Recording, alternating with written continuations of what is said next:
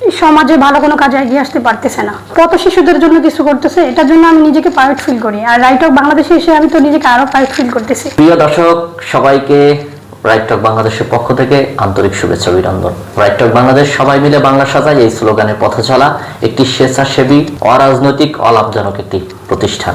শত শত স্বেচ্ছাসেবক নিয়ে কাজ করতেছি সমাজ ও সমাজের সেবা। আজকে আমাদের সাথে একজন যুক্ত হয়েছেন সমাজকর্মী, মানবাধিকার কর্মী মাহফুজ আক্তার। তার সাথে গল্পটি হয়ে যাবে। আজকে একটু গল্প করব আমরা এই সমাজকর্মী বিষয়ভিত্তিক নিয়ে নারীরা কতটা এগিয়ে রয়েছে সেই বিষয়টি। মাহফুজ আক্তার, আপনাকে স্বাগত রাইট অফ বাংলাদেশ। আপনি কেমন আছেন? আসসালামু আলাইকুম। আলহামদুলিল্লাহ, আমি ভালো আছি। আপনার বাসার সবাই ভালো আছে? আলহামদুলিল্লাহ। একজন সমাজকর্মী, আপনি অনেক গর্বিত।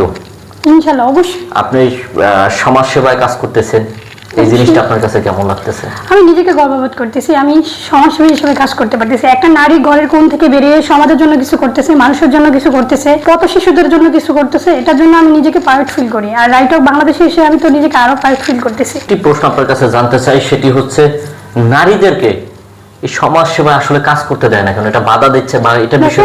বাংলাদেশ হচ্ছে পুরুষ শাসিত দেশ।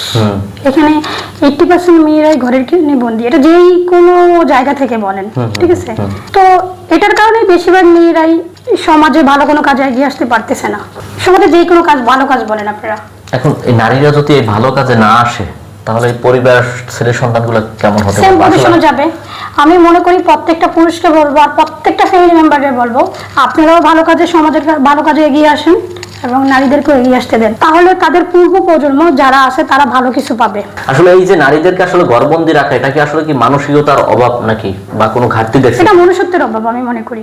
মানসিক টেনশন কখন ভোগ করে জানেন? যখন সে ঘরবন্দি থাকে, ঘরবন্দি হতাশায় থাকে।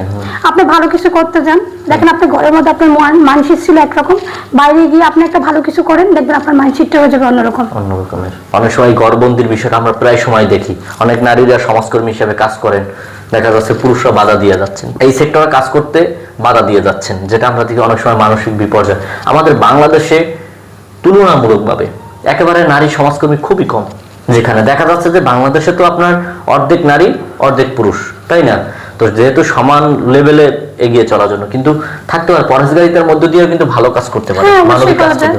কিন্তু দেখা যাচ্ছে যে সকল পুরুষরা এই ধরনের নারীদের আটকিয়ে রাখে, তারা আপনার চোখে কি এবং তাদের উদ্দেশ্যে কি বলবেন? ওই সমস্ত পুরুষ আমার চোখে হচ্ছে মনুষ্যত্বহীন একটা মানুষ, তাদেরকে আমি পুরুষ বলে মনে করি না। আপনি পুরুষ তখনই হবেন যখন আপনি একটা নারীকে বুঝবেন, সে ঘরের মা হোক, বোন হোক, স্ত্রী হোক। আপনি যখন তার মানসিক শান্তি কোনটা সেটা না বুঝবেন, তাহলে আপনি তার সঙ্গী কিভাবে হলেন?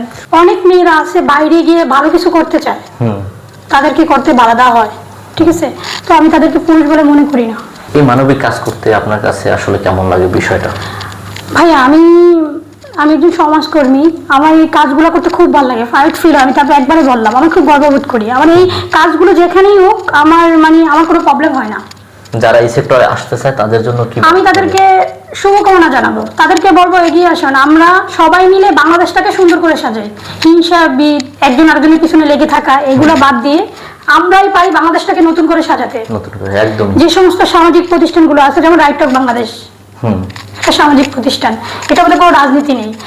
এই প্রতিষ্ঠানে এসে আপনি ভালো ভালো কিছু করতে পারবেন বাংলাদেশের জন্য, অসহায় মানুষের জন্য বলেন, পথ শিশু বলেন, অনেক কিছু আছে, অনেক কিছু আছে। সব ধরনের যেটা আমরা পাই একজনে, যেটা যার পক্ষে সম্ভব না, এটা 10 জন মিলে এটা ওই কাজটা করা সহজ। অনেক অনেক ধন্যবাদ। যাই হোক দর্শক, যেমনটি বলেছিলেন মাহফুজ আক্তার, সবাইকে মানবিক কাজে অংশগ্রহণ করতে হবে। একটা কথা মনে রাখতে হবে, সবার উপরে দেশ, তার উপরে কিছুই নেই। দেশকে ভালোবাসতে হবে, দেশপ্রেমিক নাগরিক হয়ে নিজেকে গড়ে তুলতে হবে। একটা কথা মনে রাখতে হবে, এই সমাজের জন্য, এই দেশের জন্য সবচেয়ে বেশি অবদান হচ্ছে একজন স্বেচ্ছাসেবকের, একজন সমাজকর্মী। কারণ তারা নিজের টাকা, পকেটের টাকা খরচ করে মানবিক সামাজিক কাজকর্মগুলো করে থাকে। এটাই তো বিশাল কিছু।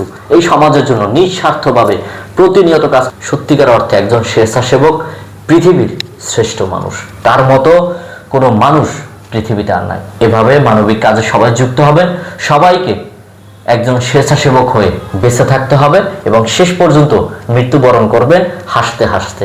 ওই যে একটা কথা আছে না, এমন জীবন তুমি করিবে গঠন, মরণে তুমি হাসিবে, কাঁদিবে ভুবন। আপনার প্রতিটি কাজ কর্ম সত্যি আপনাকে এগিয়ে নেবে এবং সর্বোচ্চ শিখরে পৌঁছে দেবে। আপনার মৃত্যুর পরে মনে রাখবে আপনি কি কাজ করে গেছেন। ততক্ষণ সবাই ভালো থাকুন, সুন্দর থাকুন, রাইট টক বাংলাদেশের সাথে থাকুন। সবাই মিলে বাংলা সাজাই। যুক্ত ছিলাম আমি আলামিন এম তাহিদ, অতিথি হিসেবে আমাদের সাথে যুক্ত ছিলেন সমাজকর্মী মাহফুজা আক্তার। আসসালামু আলাইকুম। আসসালামু আলাইকুম।